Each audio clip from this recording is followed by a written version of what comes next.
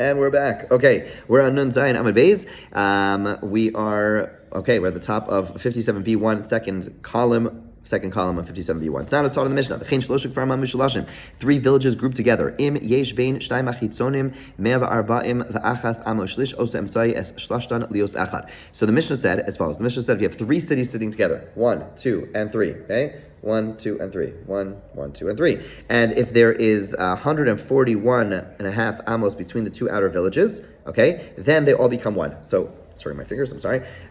Okay. So you have 1, 2, and 3. So you have the middle is my tie is the city, and city. If there's 141, amos between them, then they're one city. So time of the ikam sai. And seemingly the idea over here is that there is a middle village which is holding them together. Halekam sai lo. But if there would not be a middle village, if there would not be my tie, my middle village over here connecting between the 143, 1 and 3 or third amos, there would not be considered one, even though all they have is 141 between them. So it's Rav Huna, right? Rav Huna said that each city gets its own karpef, and Chia Barav said that there's one karpef for two cities, right? Again, we had a machlokas yesterday, last class, okay, about what you do when you have two cities. Do you give them 71 and a third between them, or do you give each one 71 and a third? So this last part of the Mishnah seems to be saying that when there are three homes, again, home, and there is 141 between them, they're connected. Why are they connected? It sounds like it's saying because there's the middle village, the tie village in between them, which is connecting them and making them one entity. If this was not here, right, and you would just have the space between them, so it would not be a connection. Why not? Each city's karpef is 71 and whatever, and so that would actually they would actually overlap, and they'd be able to connect over here, right? This is a question according to Rav Huna. Rav Huna said each city gets 71. According to Chia Barav, no, each city gets, even if there's two cities, only gets 71 on its own. So it would never be able to reach over here because you only have 71. It's just not enough space. So that the Mishnah seems to be saying, since the village is over here, since the tie is over here, that's what's connecting these three cities together. But had it not been here, then they'd only have 71 between them, and it's too much of a space, and therefore they would not connect. And this again is a kasha. This is a question on Rav Huna's approach. Rav Huna answers Marla. It was taught about this Mishnah. Amar Rabba, Amar Rav Idi, Amar Rav Chanina. Lo mishlosh mamish. We're not talking about three in a row. This whole thing, 1, 2, 3, is incorrect. Rather, what we mean is that in a case where if we were to place the middle village between them, they would be in a row, and then it would be only 141 amos between them. Then the middle village caused them all to become as one. So we're learning the Mishnah now is not like this 1, 2, 3. Rather, okay, bear with me. You have village over here, and village up over here, right? In other words, this is not all the village, so ignore this. Okay, village over here, and village over here. So what we're saying is that really there's a big space between them. Okay, and what we're saying is that what you're allowed to do is, as if theoretically you would lower this city over here, and it would actually be all within 141, then they all combine as and are one city, and you start measuring the area from outside this whole space. But if you were to lower it, and it would be more, meaning in other words, there's more space between them, more space than 141. This is bizarre. That basically you have the two cities, and they're further apart, and you only have the middle, and you would drop down the middle, and it's going to be more than 141 away, then it would not work. So the point is that what we're seeing over here is the following, is that there are now 141, now we're saying there's 141 amos between city number 1 and theoretical city number 2, because really city number 2 is over here, and then 141 to theoretical city number 2 in the middle, right? So the point is that you're seeing there's 141, you're able to have 141, meaning each city, this city and this city each gets 70. This city and this city each gets 70, and the point is exactly like Rav Huna said. Okay, so again, let's quickly summarize. It's a little complicated. Okay, so the Mishnah says there are three villages, and the question is, do we define them as one village, right? This is always going to be the question whenever we make tchumen. Do we define, a couple of villages which are close by as one village, or do we define them as each entities on its own? So the simple read of our Mishnah said that if there are three villages in a row, then then you treat them all as one as one village because there's 71, because the fact that there is this village in between, within 71 of Amos of the Karpef of over here, and 71 and a half of the Karpef over here, and it combines them all, and therefore this is all one village, okay? This would be a question on Rav Huna, though, because it implies that if this middle city is not here, then it would not be a single entity. And therefore, the question, because Rav Huna says, you're allowed to have much more than 70, you're allowed to have 141. So my answer is, yeah, it's true, but it was taught on this Mishnah that the way to interpret the Mishnah is that this city is actually not really over here, and the way to read the Mishnah is to say that really there's 141 Amos over here, and really this city is not even over here at all, and there's 141 Amos over here, and the novelty of our Mishnah is saying that even though the city's up over here, we treat it as if it's down here to combine the three together. The 140, this with its 141 gap, and this with its 141 gap, we treat them all as one entity. Says the Gemara, Amrle Rav Labai, Kamihe ben Chitzon Lemsai. How big of a distance could there be between the outer one, meaning the tie up here, and the ones on the sides, okay, for them to be considered one. In other words, if this tie is like over here, like 1,000,000 miles away, do we still drop it down and treat it as if it's in the middle? So Gemara says, Amrle Alpai Mama, up to 2,000 Amos. It has to be within 2,000 Amos. This can't be anywhere. It has to be within 2,000 Amos. Then we could see it as drop down in between and treat it all as one entity. Ask the Gemara, Rava asks, Va'at Vaha'at Huda Amras, but you, Abai, said in the case of the bow, remember the case of the bow, the rainbow case? Kivase de Rava Braid Rava Rav Huna Mistabra, the Amr Yosma Pai Mama, who said in the case we have a rainbow, we said that we asked the question, how much space can there be from the top of the rainbow all the way down to the imaginary bowstring? And Rava, the son of Rav Huna, said even if it's more than 2,000 amos, it's fine.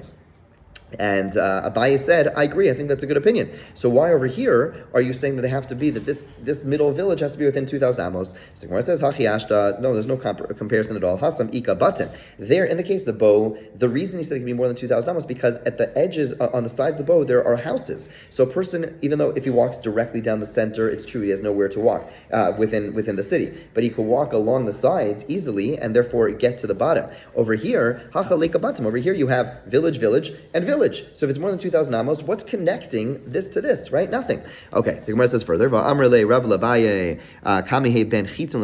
great of a distance can it be between one outer village and the other of them to be considered one? In other words, again, you have three villages, whether you're learning like Rav Huna or Chia Barav, there are three villages, and the question now is, how, from the edges of the village on this side, or on this side of the edges of the outer villages, how much of a distance can there be from the outer villages? He asked, how much give it a distance? Who cares? As long as the middle city is between them, and as long as there isn't 141 between them, it's fine. Ask the Gemara, even if it's 4,000 amos that separate the two villages, he says, yeah, who cares? At the end of the day, it's all connected. In other words, right, again, so we're dealing with a case, you have city over here, and you have this middle city, whether it's a city over here or like Rav Huna. Let's go with the world of Rav Huna, where the city's up here and it's Ki'ilu, it's like being dropped down. And he says, could these cities really be 4,000 amos apart? He says, yeah, as long as the space in between them is as long as even the edges are 141 amos apart, meaning the outer edges of the cities could be 140 or more than 4,000 amos apart. That's not a problem, as long as this side of the cities, right, are within 141 of the middle city when the middle city gets dropped in, right? So it doesn't matter that the outer edges are more than 4,000 amos. Ask the Gemara, Rav Huna, Rabba asks on this. Didn't Rav Huna say, again, we'll go back to the city shaped like a bow. If there are less than 4,000 amos between the two ends, the two edges of the rainbow, right? Then modulam and yeser, then you're allowed to measure from the imaginary bowstring, right? You have the rainbow, again, the rainbow case, and if we said if there are 4,000 and less amos between these sides, then you could see it all as one city, you see it all as filled in. But if there are more, okay, vimlav moded lam and akashas, but if not, then it's not going to be all combined as one. So why over there isn't that kind of similar? Because think about this. Here you have a rainbow, all right? And we said that these two edges have to be within 4,000 amos of each other. If not, then it's not going to all be connected. So why over here, when you have city, and you have a city up here, right, which we're going to drop down, then we say this can be more than 4,000 amos apart. Why is that okay? So Amr Le, Abai says, Hasam Leika Lamemar Male. In the case of the bow-shaped city, we're not filling in the area between the bow. Here we're filling it in. In other words, what's happening is that there's a different thing going on over here. In other words, in the case of the bow city, basically what's happening is that we look at a boat and we say, okay, we're going to fill the whole thing in and treat it as if it's all filled with houses, okay? Over here, what's happening is we're dropping down B and treating it as if it's connected to A and C. And therefore, that's the only thing we're looking for. Fine. Amar le Rav Safra 57b3. Amar le Rav Safra Rava Hare Bnei Akistafon, the people of this city. De Mashchina Lehu Tchuma Mehagisa de Ardashir. We drew a tchum from the far side of the city of Ardashir. Uvnei de Ardashir Mashchina Lehu Tchuma Mehagisa de Akistafon. And we draw their tchum boundary from the far side of Akistafon. Ha'ika Diglas Maska Yasser Me'meya V'Arban V'Achas Shlish. And yet there's the Tigris River, okay, which separates them by more than 141 and a half third amos. Okay, so in other words, we're going back to the basic case of our Mishnah. We have two cities, and there's more than 141 plus amos between them. Why do we connect these two cities? So Nafek Achvele, Rava went out and showed Rav Safra, Hanach at Mahasa de Shura, the sections of the city's walls, the Mablae Bidiglas B'Shivim Amashiraim, which were in the Tigris, within 70 and a fraction amos of the city, and each other. In other words, it's true, if you look at the city itself, it seems like they're much further away. But if you start looking in the water, you'll see that it seems like the water rose, and there were ruins of cities. That are subsumed into the water. But as we saw in our previous Mishnah, that ruins are actually still considered part of the city. So even though it's submerged, which is a big chiddush, big novelty, even though it's submerged, but we still see the city extending up until those ruins, and the edges of those cities are still within the tchum of the next city. And therefore, we all treat it as one city. It's an interesting thing that there's more water growing. Just went the other day to the Dead Sea, and it's an incredible thing. I don't know if I've been to the Dead Sea in a while, but I was there. I don't know, maybe probably 15 years ago, 16 years ago, and the water has been receding significantly. So you see the beach kind of going this way, less and less water. But over here, it's the opposite. It was a little bit of water, and it was more undercover. And basically, these places which were originally part of the city are now submerged. They're ruins, but they're still part of the city to measure the tchum. Okay, let's go a little bit further. A new Mishnah. Now we're talking about there's a whole enterprise of people who are measuring tchumen back in the day. Now you could probably go on. First of all, we don't, Baruch Hashem, we live in these huge cities, so we don't really need to go beyond our city. But back in the day, they lived in these little villages, and they have to constantly measure, like, what's the tchum, how far are we going, and travel was complicated, so people were getting stuck in between cities. Nowadays, we have everything we need within our own city. Our cities are huge, and also if we needed to measure a tchum, we could probably use Google Maps, I imagine. But anyways, back in the day, they didn't have all the perks that we have, and so they actually had people who were surveyors,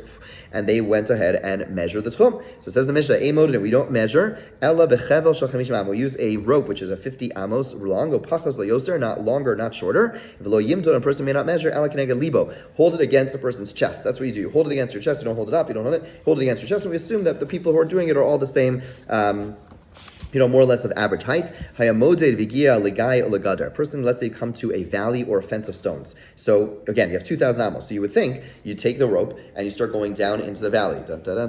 You go down into the valley. Now, in doing so, you're going to actually spend a lot of distance because you go down and you go up and you lose a lot of distance. Or let's say you have a hill, you go higher and up. And so what you're doing is there's more distance, right? If I go like this as opposed to going like this, it's much more distance. However, the Gemara says mavlio, you don't have to do it. You could span it, not spam it with an N. What you do is basically, let's say you have a valley. So you have a valley over here. You have a person standing over here, a person standing over here, and they hold the rope over it. And so they don't go down. Now they just go straight. And the same with the mountain. Now you would go like over the mountain, and you hold like a rope over the mound, and you just go straight, as opposed to losing all this space, and then therefore losing amos. Rather, you just go like this, and you have like a stick on each side, and you basically hold it up above. Okay, higia lahar. Then you return to the original measurement. Higia lahar mavlio v'chos midas. So a person reaches a mountain, you span it, and returns to the line of measurements. As long as when you're going around, you don't go out of your tchum. What this means is as follows. What that means is like this. Is basically, let's say you have like a valley,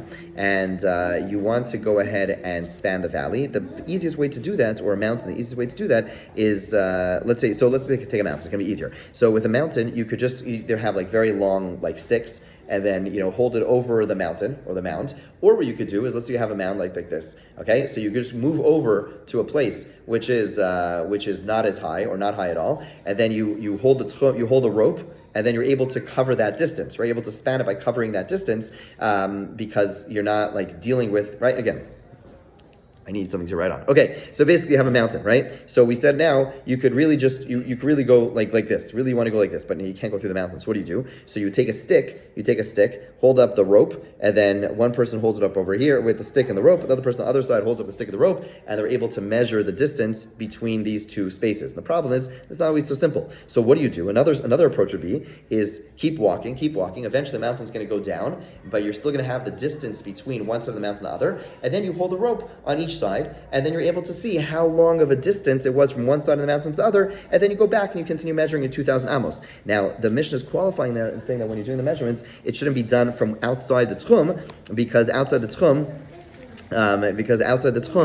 people watching you do that measurement will think, oh, that space is considered part of the tchum, but it's not part of the tchum, and therefore the Gemara says, the Mishnah says, do not do that. Okay, if a person's unable to span it, if you're unable to span it for some reason, then then we pierce the mountains. Okay, so what that means is as follows. Let's say you have like a very, very large, like long, wide mountain, so it's not practical to go around and hold the rope on either side or hold the rope above. So there what you do, and if you have the picture in front of you, you'll see it perfectly, what you do, you pierce the mountain. What it means if you pierce the mountain, you have like a bunch of smaller ropes, and you have an individual go on an incline, let's say I hold the rope over here, okay, and the person in front of me holds the rope by his feet. Okay, and then from where that person's feet are, and then that person holding the rope by his feet holds the rope over here, and then the next person goes to the next spot, and wherever is parallel, they're going to take the rope over there by their feet, and then the next part by their chest. And what that does, again, without the picture, it's going to be a little hard to understand what I'm saying, but the point is that it's another way of ensuring that you're not losing any space by going up the mountain, but rather you go da. And basically in doing so, you are going to get your 50 amos. I hope that makes sense. I hope you have a wonderful day. Good Mayan, and we'll pick up and God willing get back to our regular schedule. Hope you're all doing well. Take care.